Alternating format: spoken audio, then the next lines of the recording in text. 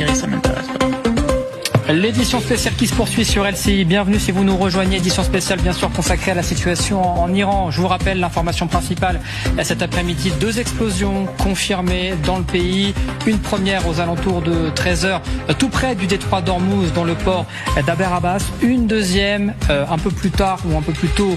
Les informations pour le moment divergent en Iran du côté d'Arvaz. On en parle toujours avec mes invités mais surtout tous nos envoyés spéciaux et nos correspondants sur place. Siavosh Ghazi à Téhéran, Xavier de Giacomoni également aux Émirats Arabes Unis, Nicolas Rouget également en Israël à Haïfa et évidemment Pierre Barbin en direct des États-Unis. Mais d'abord pour bien comprendre ce qui s'est passé, Matteo, vous nous avez rejoint, Matteo Characino.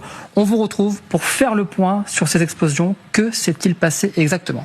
Eh bien, la première dépêche est tombée à 12h50. Nous apprenons qu'une explosion a eu lieu ici, à Bandar Abbas. Vous le voyez, au sud de l'Iran, tout près du détroit d'Ormuz. C'est une ville portuaire, une zone évidemment hautement stratégique. D'abord, parce qu'elle est très proche du déploiement naval américain. Vous le savez, ce porte-avions Abraham Lincoln s'est déployé depuis quelques jours par les Américains. Et évidemment, c'est une zone cruciale pour le commerce mondial puisqu'elle est tout proche du détroit d'Ormuz. L'information est ensuite confirmée par la télévision d'État. Nous parviennent ensuite ces images. Regardez, vous le voyez, cet immeuble de 8 étages dont 2 étages ont été détruits. Au sol, plusieurs véhicules et des commerces également détruits. Le bilan provisoire s'élève pour l'instant à 14 blessés et 1 mort, selon un responsable local. Et à l'heure où nous vous parlons,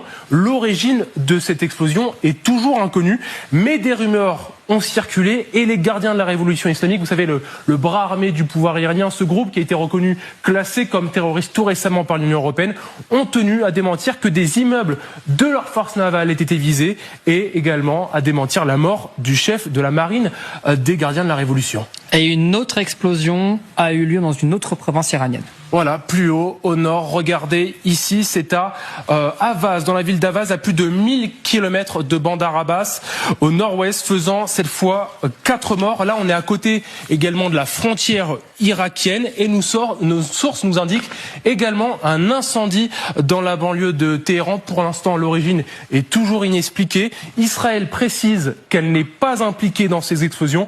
Beaucoup de bruit circule sur les réseaux sociaux dans un contexte que vous connaissez, très abrasif. Et évidemment, nous vous tiendrons au courant dès qu'on en saura plus. Matteo Ciaravino, merci beaucoup. On va retrouver sur place Xavier de Giacomoni en direct des Émirats Arabes Unis. Pour bien comprendre, on est tout près du détroit.